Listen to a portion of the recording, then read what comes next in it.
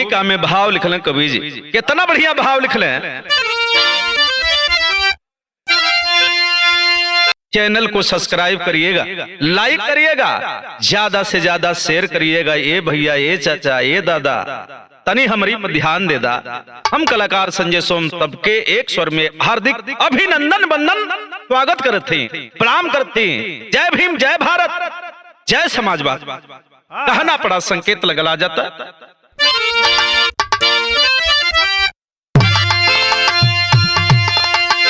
रिश्ते नाते से दुनिया बधी साथियों, रिश्ते नाते से दुनिया की पहचान है।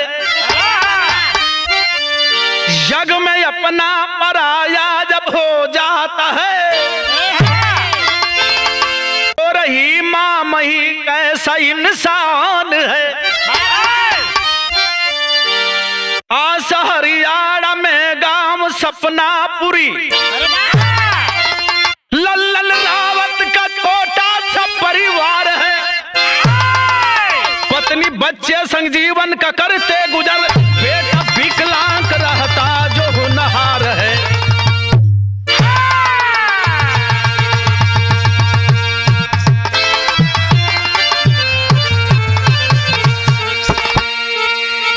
हरियाणा के अंतर्गत एक गांव सपनापुरी, सपनापुरी का रहे वाला बाबू लल्लन रावत और बीबी का नाम सरिता रावत और एक बेटा, वो भी विकलांग है। मेरे साथी जन्म से ही विकलांग है, चलता है फिरता है लेकिन भारी काम नहीं कर पाता है।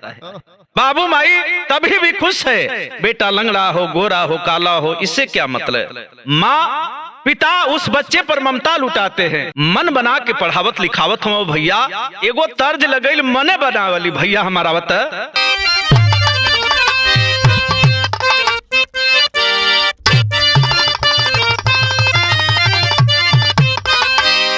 अरे प्यार के मोड़ पर रा रा रा रा, अरे प्यार के मोड़ पर मिल गए हो जगर, मिल गए हो जगर।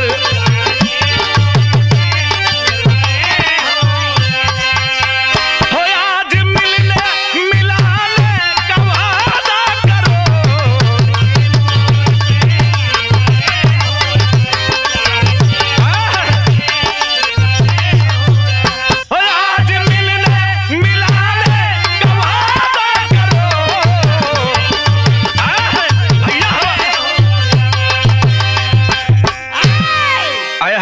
भैया हो बाबू कबीर जी बढ़िया भाव लिखना। का भाव लिखला भैया हमार, आजा।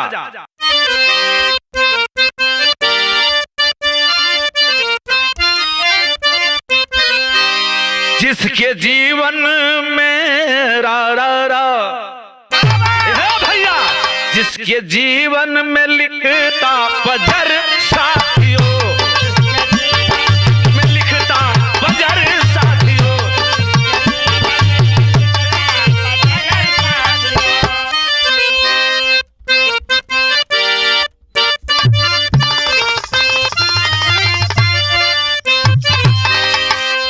जिंदगी रा रा रा, ए भैया जिंदगी है तुम्हारी अमर साथियों,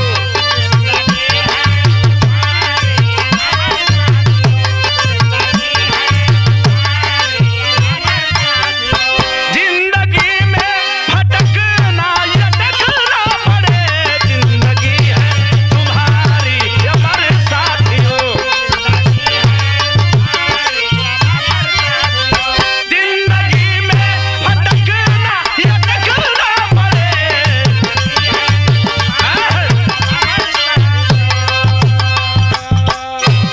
यही पर इंसान जब कर्म करता है तो अमर हो जाता है। बढ़िया कर्म करता है तो इतिहास के पन्नों में उसका नाम लिखा जाता है। जब तक सूर्य चांद रहेगा इंसान तुम्हारा नाम रहेगा, लेकिन जैसन करबा कर्म कमाई कुल तोहरे आगे आई। कहानी में शुरुआत लगल, वो परिवार खुश बा, समय धीरे धीरे कटत बा। ए भैया, नील भैया, धीरज भैया, मनोज भैया, सूरत भैया, लेकिन कहानी शुरुआत बिरहा में लेहलस कैसे आजा।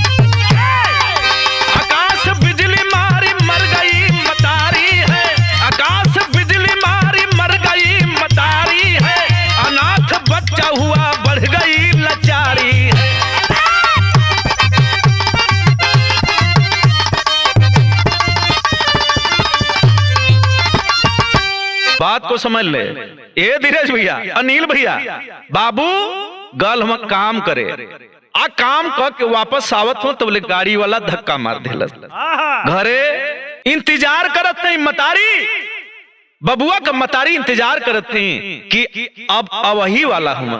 अतवले खबर आ गई कि ये फलानी बजरिया में कौनो तोहरे पति के धक्का मार के भाग गल। माई बेटा दोनों बाजार पहुंचल। ये बाबू जौले पहुंचे तौले बाजार के लोग उठा के हॉस्पिटल लेके पहुंचल हूँ। पास में अपने बीबी को बुला करके पति यही कहते हैं कि अरे पगली, अब तो लग रहा है कि अब हम ना बचब। सुना हमार बात, तोहरे हवाले छोड़ के जात थी बबुआ के, अब माई बन के बाबू बन के जीवन का पालन करिहा। इनके हो सके तो शिक्षा ऊंचा दीहा, समाज में नाम बचैया बढ़िया, पढ़िया हमरे हिरवा के कुछ बनैया। न खेती न बारी न व्यवस्था हो बाबू, लाचार है सोच रही है। आखिरकार बाबूजी उस परिवार का साथ छोड़ दिए। कैसहू परिवार दा संस्कार कैलस। घरे आइल मतारी बचवा के गोदी में लेके सोचत थे कि कहाँ हम जाई, कैसे दिन बिताई। रोपनी सोहनी कह के दिन समय काटत है बाबू। रोपनी का समय हम माई गईल है रोपे बदे, आकाशी बिजली चमकत है, पानी बरसत में। आय हाय हाई देखा, अचानक बिजली मार देती है माँ को। माँ का दम टूट गया, बेटा अनाथ हो गया। बाप तो मरा ही था लेकिन माँ भी मर गई। गांव वाला उठा के बाबू ले गई न दाह संस्कार कैले। अच्छा तो ये कहला गांव वाला पंचायत की सब ए लड़का का सेवा सम्मान करी, एक एक दिन खियाई अपने के। लेकिन का दिन लोग अपने घरे खियाई है। धीरे धीरे जब बच्चा सयान होखे लगल तो गांव खातिर भार बने लगल है। विकलांग बेचारा क्या काम करे, उससे भारी काम होता नहीं। गांव को लोग कहना कि अपन लड़का लड़की हमन जियाई ना पाओ थी जाई, पागल सन की लंगड़ लूच के हमन खियावल जा। हमन कमाल जी खाई, हित मीत संगी साथी सब मुंह मोड़ लेना। ए बाबू आखिरकार बचवा मजबूर हो गल, लाचार हो गल, भीख मांगे पर मजबूर हो गल, हाथ फैलावे लगल। ए चच्चा बाजार में जाके चच्चा तनी कुछ दे दा, भूख लगल हिया खाए बदे। मांगत भिखिया, वो समय को तर्ज लगल भैया हमारा बात, कौन तर्ज भैया हमारा बा।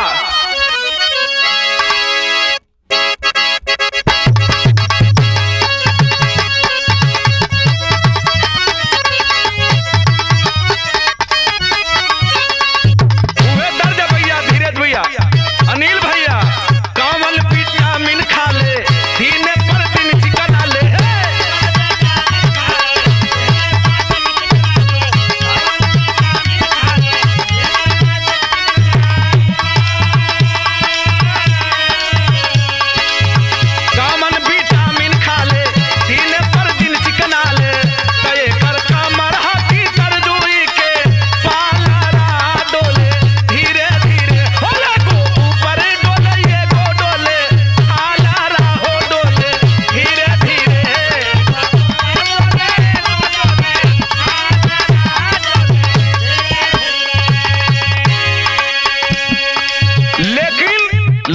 का समय गढ़ुआ गई। मजबूर लड़का भीख मांगत है घूम घूम के बाजार में। ए चचा बहुत जोर से भूख लगल बा, प्यास लगल बा, तनी हमके कुछ दे देना खाए बदे। भयल का भैला बेगाना अपना दिलवा का टूटल सपना।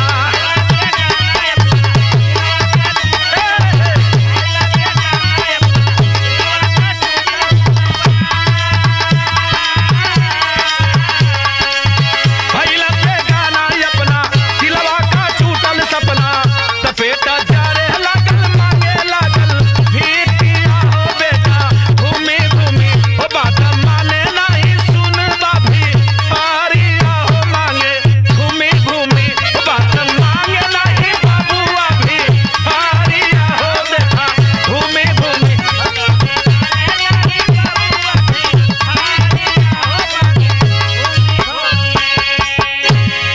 लोग कहत कहो तू फलाने का लड़का हो न, बहुत इज्जतदार हुए। हाली लोग मना करत हो कि ए बाबू भीख मांगल ठीक ना बा, लेकिन केहू ई ना कहत है कि 10 रुपया से कर मदद कर दे, कुछ रुपया देके के बिजनेस धंधा डलवा दे कि भीख मांगे का नौबत एकरे जीवन में ना रहे। लेकिन भैया हो मजबूर है लड़का, क्या करे, जीने के लिए तो कुछ करना पड़ेगा ना। लेकिन भैया हो अरे कैसो बेचारा करे अरे जीवन का गुजारा। अरे भिखिया मांगल भइल अरे जीवन का सहारा। केहू मारेला मेहना केहू मारेला मेहना।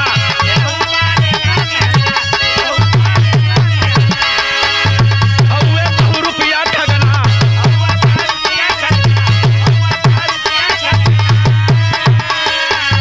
केहू मारेला मेहना हउए बहु रुपया ठगना। बेटा जारे लागल मांगे लागल भीखिया हो बेटा घूमी घूमी जीवन होई गइल सपना। तब रीतिया हो बेटा घूमी घूमी हो जीवन होई गइल रीतिया। तब सपना हो बेटा।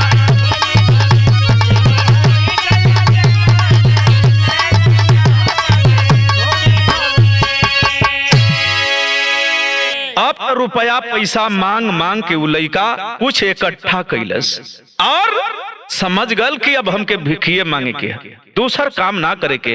अब गांव से मांगते मांगते धीरे धीरे स्टेशन के तरफ निकल गया। जब देखलस भीड़ तो वैजा बढ़िया इनकम भल। एक दिन पैसा रुपया गिनत रे, ई तो ढेर पैसा मिल गल। अब तक ट्रेन के अंदर आवे जाए लगल। भैया हो ए बाबू ट्रेनवा में आवत में जात में कैसा हूं कमात खात में, तब ले एक छे लड़की वही ट्रेनवा में भेटा गई। जवना के थोड़ी थोड़ी लौकत बा, लेकिन लोग ओके अंधी कहा, फिर भी ओके रुपया पैसा से बेचारी भीख मांग के जीवन का वो गुजारा करे। एक दिन संजोग से दोनों एक जगह बैठल हुआ, खाना खात हुआ, पानी पियत हुआ। हाई जो विकलांग था लड़का मेरे साथियों एक दिन बोला है उस लड़की से, का हो हम तो धीर है ही का तोहरे जीवन में और केहू माई बाबू भैया भौजी ना है का। लड़किया कलश की जवन हाल तोहार बात उन्हें हाल हमार बा। आखिर ई हाल होत ना तो का हम भीख मांगती, हमके शौक लगल है। बाहर लड़का समझाता है दिन समय जब पातर हो जाला तो जिंदगी ओ मोड़ पर ले जाके खड़ा कर दिले हो भैया की जीवन ना करे की होला तेमन लोग करेला। कहेला लड़का वो विकलांग लड़का कहता है, लल्लन रावत का लड़का यही कहता है कि ए सुनत हो जैसन हम बड़ी वैसन तू बड़ू, का एक बात कहीं मनबू। कलश की काहे ना मानब। आखिर वो लड़का वो लड़की से का कहलस, तर्ज लगल। कम तर्ज भैया हमारा बा।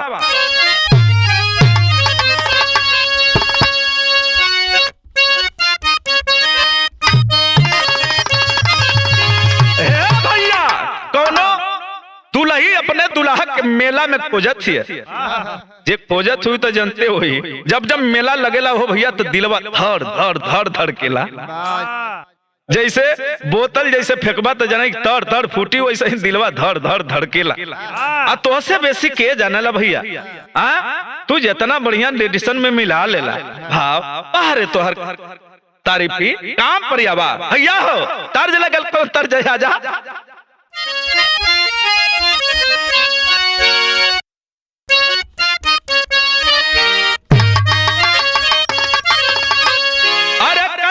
हुई है सड़क पर। मेहरारू अगर प्रेम से अगर भाव में आई तो तोके कुछ ले देव के तैयार है। अगर गुस्सा गई तो एगो बरो तोड़ के नाती है, इहो जान ला। गरम हो गई तो 2-4 बल्टी अगर पनियो डालत हवा, अगर बर्फ से उनकी दहिया पर अगर तो हो तबो ना असर करी। एकदम पथरा जाइए, पजरवे रही लेकिन अनरा जाइए। तर्ज बा, अरे कई हुई है सड़क पर, हे भैया अरे कई हुई है सड़क पर, अरे लखता हुई है, कहीं हुई है सड़क पर।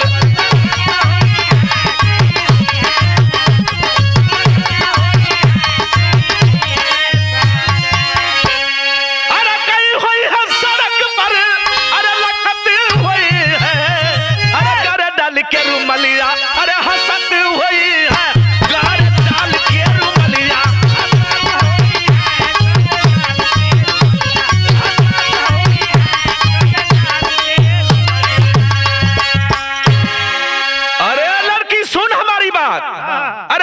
माना तू हमसे, बोल क्या कहना चाहते हो। तो लइकवा लइकिया से कहलस कि बात माना तू हमसे, अरे बियाह कइला हो, बात माना तू हमसे।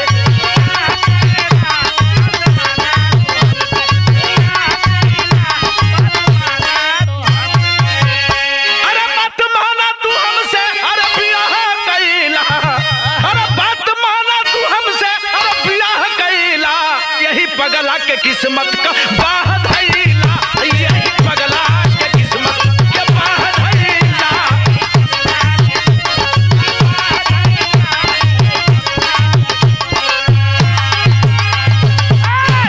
भैया हो वही वकील साहब भी बेटा गईला, बगलिया में थाना गईला, दोनों कहला हमन बियाह करल चाहते जा।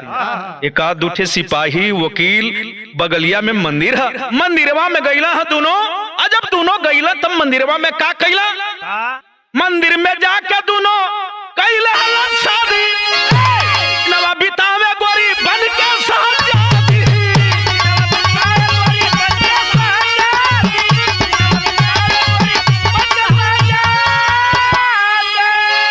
अरे दिल में सपना सजावे का, अरे दिल में सपना सजावे का, अरे राह धइला, बात माना तू हमसे बियाह कइला, बात माना तू हमसे बियाह कइला।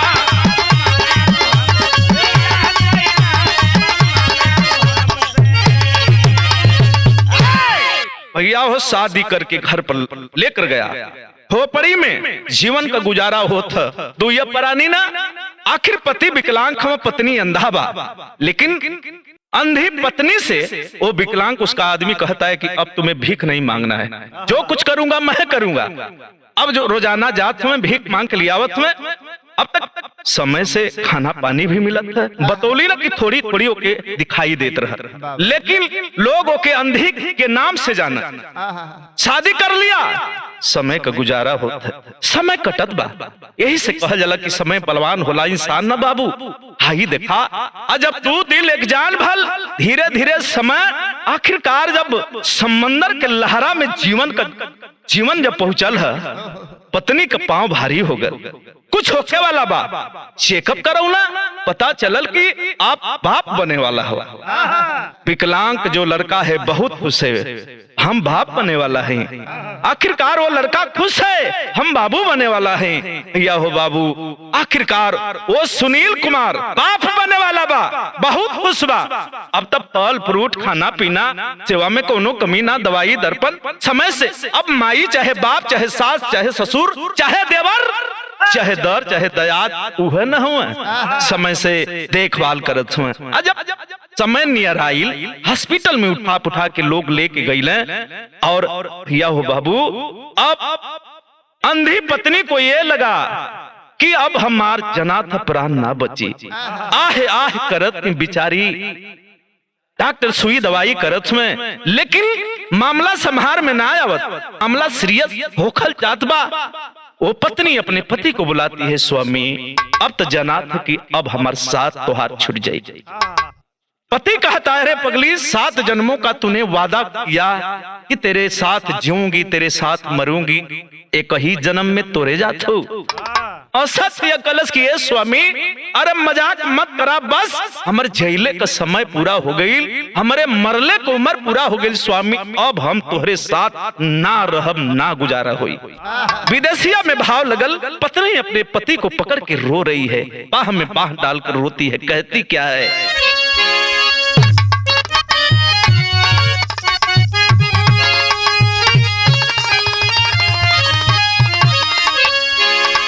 अपने बलमुआ के कि कहे अपने बलमुआ के, अरे पजरे बोलाई करके, अरे कहे पति नहीं हमारो परनवा हो स्वामी जी। हम तो मर जाए स्वामी, लेकिन तो के एक ठे निशानी दे के जाती, यही के पलिहा जीवन में कोनो कमी न करी हो स्वामी, ये तुहार जीवन का आधार बुढ़ौती का लाठी बनी।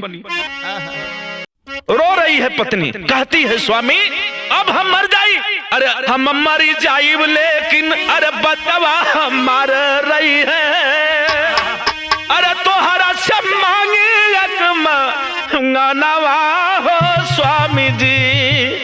हम मर जाए स्वामी, लेकिन एक तो के निशानी दे के जाते, और सुना हमार बात, हम मर जाई तू कुछ ऐसा गलत मत करिहा कि जीवन भर पछताप तो के हो गए। सुना हमार बाप, बाबू माई बनी करिहा, अरे बाबू माई बनी करिहा, अरे लाल का पलाना वाहो, अरे करिहा न कमानो न तनिया हो स्वामी जी। स्वामी मेरे जाने के बाद ब्याह मत करिया, नहीं तो हमारे बचवा के आई तो सताई मारी, समय से खाना पानी ना दे। लेकिन स्वामी कहता रे पगली ये क्या बोल रही है, तुम्हें मरने नहीं दूंगा, पैसा रुपया बैंक वाले जितना है सब लगा दूंगा, ये काहे बदे कहत हो, अशुभ बात ना बोलल जाला पगली। लेकिन ये तना में का भलो भैया, कुछ के समय के बाद कि अखिया मुन्नाई गईल, अरे अखिया मुन्नाई गईल, अरे ससियो आई गईली, अरे संग छोड़ी दहाली बबुनिया हो बाबूजी। भैया हो दम टूट गया, सांस टूट गया, हमेशा के लिए वो अंधी पत्नी इस परिवार का साथ छोड़ देती है। एक ठे बच्चा के जन्म दे के माई दुनिया से विदा ले लेलस। भैया हो आखिरकार बचवा के गोदी में लेके निरखत हम अभी ना सब अच्छा के का पियाई मेरे साथियों, गोदी में लेके अपने पत्नी का लाश लेके दाह संस्कार कैल, फिर घरे अइले। अबू जैसे तैसे अपने बचवा के जियावत में मजदूरिया कर जा हो भैया, तो संगवा लेके जा, लइकवा के संगवा लेके जा, सुता के अपने काम करत, फिर बचवा के खिलाना। भैया हो धीरे धीरे बच्चा जब धीरे धीरे पढ़े लगल तो स्कूल में जाके पढ़े लगल। बाबू भीख मांग मांग के अपने बेटा के पढ़ावत हुआ लिखावत हुआ। आय हाय भैया हो बाबू कहा जला कि एक तार समय न होले हो भैया, हमें बलवान होले इंसान ना। जिस समय के तलाश में वो विकलांग पति पड़ा था मेरे साथियों, आखिर वो समय दस्तखत उसके जीवन में देने वाली है। लड़का पढ़ लिख करके आखिरकार बाबू भाई देखा सरकारी नौकरी पागा। अब तो दुआरे तिलकहरू आवे लगना, जब तिलकहरू आवे लगना तो हाई देखा भयल का एगो तर्ज लगल। बाबू का तर्ज है आबा,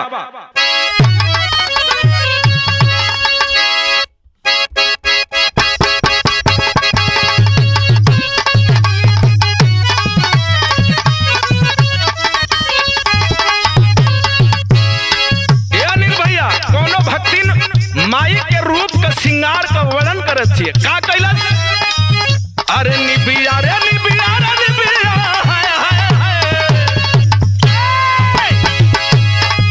अरे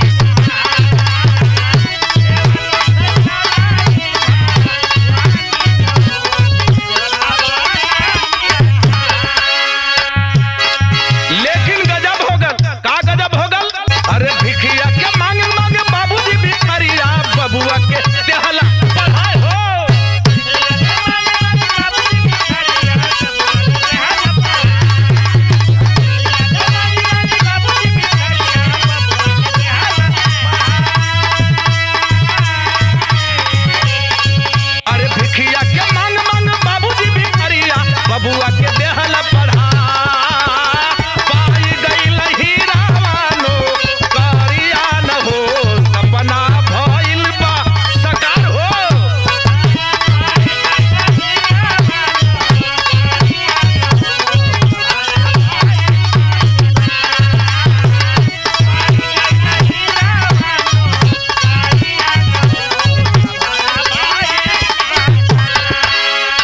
इतना ना तुअरे पर रोजा रोजा आवे तिलक हरू रोज तिलक हरू आवत में बेटा नौकरिया हो गइल बा दुआरे भीड़ लगत बा बाबूजी पानी पियावत पियावत उनकर अब एकदम घबराल हुए भयल का तुअरा पे रोजा रोजा आवे तिलक हरू बेटवा का कइला बियाह न हो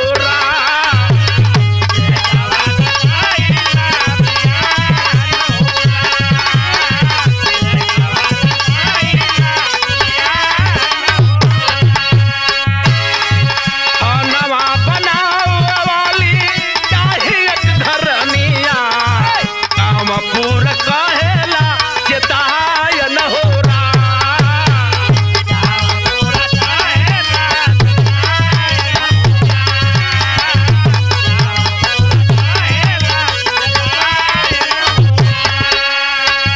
अरे सदिया सकर बाबू बचल रा रा रा रा सदिया सकर बाबू सजल बरतिया दुआरे बजन बजा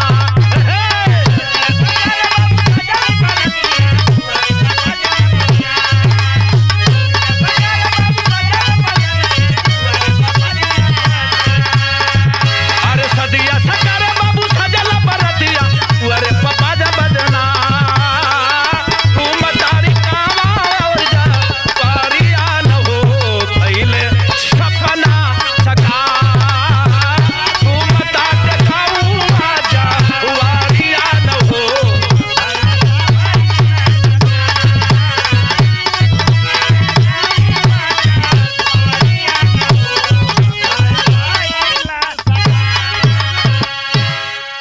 भैया हो आखिरकार बाबूजी बेटवा के शादी कर देहल दुल्ही आइल उ लइकवा का सहरिया मिल गईल शहर का रहे वाला गांव में रहत बा के बड़ा तकलीफ होत बा कलश की कहो कि त अपने बबुए के लेके रहा चाहे हम ही के लेके रहा।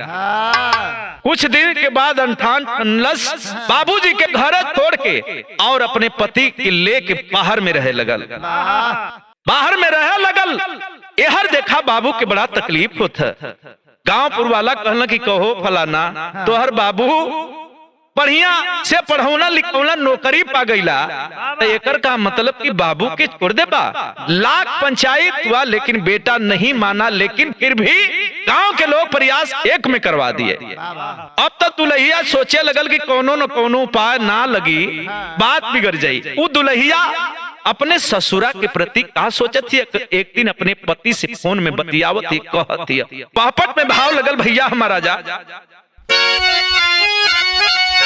अरे धीरे धीरे पीतल कुछ समय मनवा पाउरबा अरे धीरे धीरे पीतल कुछ समय मनवा पाउरबा आगे विधना का लिखला कन्हैया मनवा पाउरबा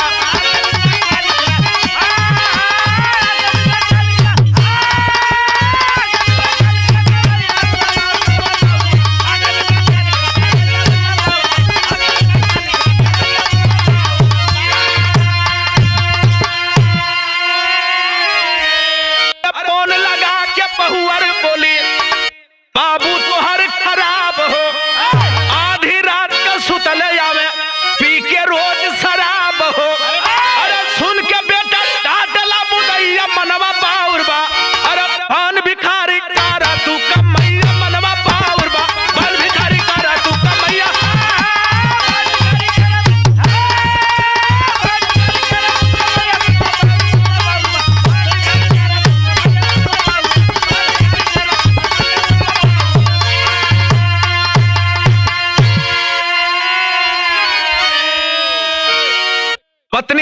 है कि जितना जल्दी होके घरे आ जा। तो हर बाबू इनकर आदत खराब हो गई है, आधी रात के आवेला वो शराब पी के आवेला, इतने ना हमारी संगे छेड़खानी करेला। जब इतना बात सुना है उसका आदमी रोष में आ गया, छुट्टी लिया और घर आया। और घर आते न पूछता न खोजता, लगा बाप को मारने, जूता जूता मारता है। नौकरी करने वाला बेटा, जिस बेटा को बाप ने पढ़ाया और मारना शुरू करता है। ए बाबू गांवपुर के लोग तमाशा देखत, हाई देखा फलनवा कहो, हाई देखा फलनवा कह कलश की सुना तो हार सही जगह स्टेशन पर, जबले वहां ना जाइबा तबले तुहके अपन औकात समझ में ना आई। मेरे साथियों, वो नौकरी करने वाला बेटा अपने बाप, विकलांग बाप को मार रहा है, गांव तमाशा देखत है। लेकिन भैया यही से कवि जी आल्हा में लिखना, का लिखना आवा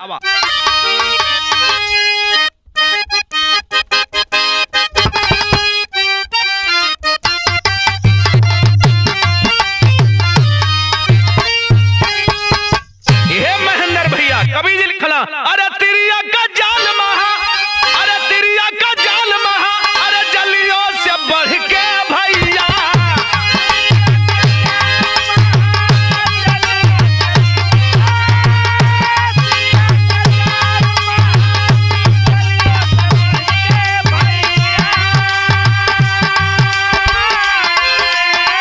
राजा हो या रंग का फांसी जाला करता,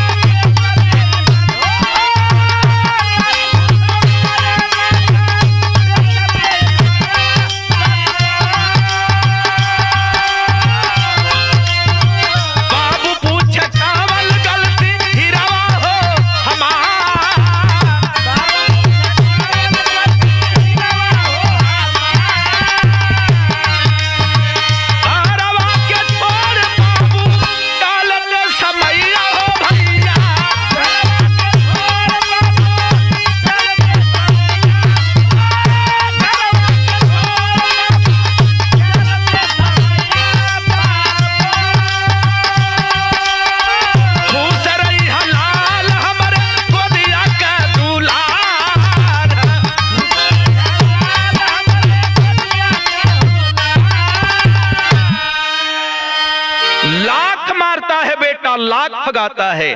बाप वहां से चल देता है, बेटा सब कुछ ले ले, ये तेरा ही तो है। मैं जी रहा हूं तो भी तेरा है, मर जाऊंगा तो भी तेरा है। जा रहा है बूढ़ा बाप धीरे धीरे। मेरे साथी अब तक भूख न लग गई, खाना चाहिए, पानी चाहिए, भूख से तड़पत हुआ। अब तो ये बाबू का शर्म है, लाज है, भीख मंगल कई जगह कोई ना देहलस, ना देहलस, रोड पर खाना फेंकल है। भूख से बदन तड़पत, तन तड़पत। ए बाबू वो खनवा के उठौला, अब तो लाज शर्म कौने बात के, जब भूख लगल है तक आए के बाद मेरे साथी खाना को उठा लिया और बासी तिवासी खाना फेंकल, रोड पर खाना उठाया है बाप। और भैया वो धीरे धीरे वो खनवा के खात हुआ का रोड पर टेकल के वो खाना खाई। लेकिन मजबूरी है बाबू, ऐसा ना आ जाला, जीवन ना करे के होला तेवन इंसान करेला, चाहे केहू के ऊपर पड़ जाई तो के करे के होई। बाबू आखिरकार वो बाप खाना खा रहा है, आज भैया हो पेट भर गल, अजमन खनवा बचल कमछा में बांध लेना, कन्हिया फेंक लेना। धीरे धीरे गाना गावत गुनगुनात आगे बढ़त तो लेके मुसाफिर मिला, बोला कि अरे बाबूजी आप तो गाना बढ़िया गाते हैं, इंडियन आइडल शो में जाइए और अपनी किस्मत को आजमा लीजिए। बाबूजी कौन लेकर जाएगा, मैं तो इतना दूर जा नहीं पाऊंगा, मेरे पास रुपया पैसा नहीं है बेटा। कहा मैं लेकर चलूंगा। ए बाबू आज अब लेके पहुंचला हम मंच पर, उदित नारायण, यलका याग्निक, कुमार सानू, उदित नारायण, सोनू निगम और तमाम कलाकार उस मंच पर है। पूछ पड़ते हैं सोनू कुमार, उदित नारायण, अक्षय कुमार गोविंदा पूछते हैं, अरे ये जो गमछा में दादा आप बांध के आए क्या है, देखना चाहते हो बेटा?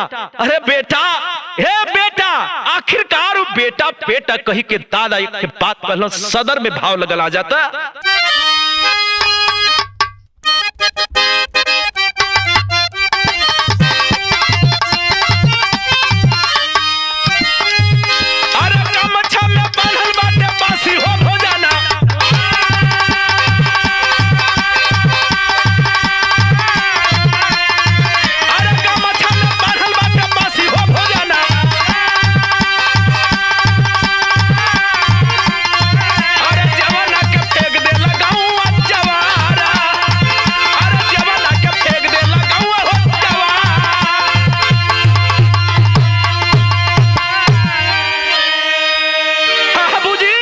जरा खोलिए तो देखा जा। आय है हाई देखा, वही जब मंचवा पर खनवा उठा के खात में सबके आंख में आंसू आ गई। बाहर समय इंसान का ये भी समय आता है, एक ऐसा समय है कि बाप बेटा को सर्विस धराता है, पढ़ा लिखा कर नौकरी धराता है। जब उसकी उम्र ढल जाती है, बुढ़ा हो जाता है, तो समझ जाता है बेटा कि ये काम लायक नहीं, इसको भगा दो घर से। मंच पर बाबू भैया हमके गरीबी का गम ना है, हम तो गरीबी में अपन समय बिता देली, हम तो हर दिन दुख झेलने का आदत पर गल हो साहब, दुख झेलने का आदत पड़ गई। मंच पर बाबू रोवत में और व्यथा परिवार को सुन के थमे स्थिति समझ के बाबू के करे आंख में ना आंसू, के करे आंख से आंसू ना गिरल हो। अक्षय कुमार, गोविंदा, सोनू निगम, जितने भी कलाकार वहां थे, जनता भी हाय हाय करत था। बाबूजी मंचवा पर कावत में बतावत हुआ, का बतौला खड़ी लाइन में भाव लगल भैया। आवा आपन जीवन का सुनाई का कहानी बाबूजी, दयापन बन गईला गाना करना दानी बाबूजी, यापन बन गईला गाना करना दानी बाबूजी।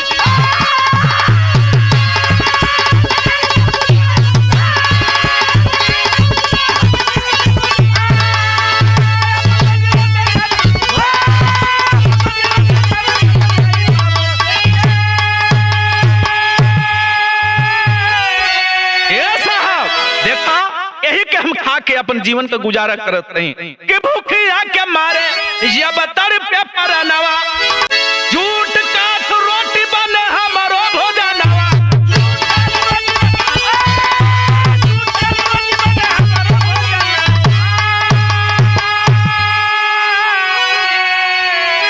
अरे है खा के पी अरे ठंडा पानी बाबूजी, अपन बन गईला बेगाना करना दानी बाबूजी।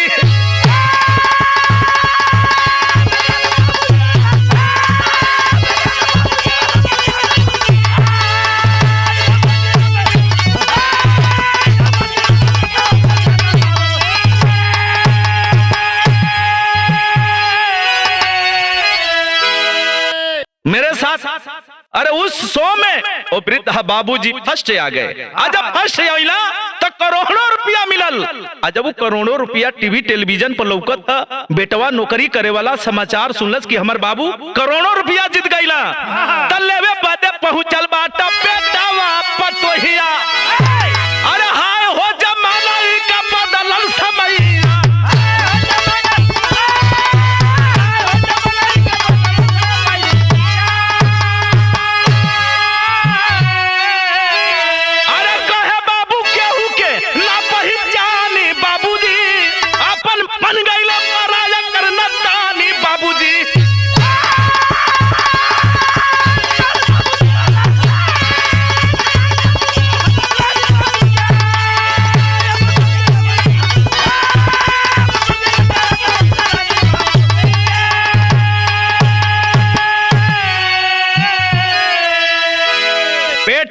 दोनों लेने पहुंचे हैं, बाप को नहीं बल्कि करोड़ों रुपया हथियाने के चक्कर में। बाबू कहे मैं किसी को नहीं पहचानता, यह रुपया जो मिला है सिर्फ अनाथों के लिए खर्च करूंगा, इसमें तुम लोगों का एक पाई भी हक नहीं है, भाग जाओ हमारे यहाँ से। बाबूजी भगा दिए। पूरा टीवी टेलीविजन देख रहा है, जमाना देख रहा है, मीडिया चिल्ला रही है। गुरु बिहारी गुरु गणेश गुरु रामलाल जी पावन कथन करे बीजा फौजी लागे की सुहावन। अरे भिखारी का वो राई दिनवा, अरे बचवा नंदलाल का ऐसा होला खनवा, भिखारी का वो राई दिनवा।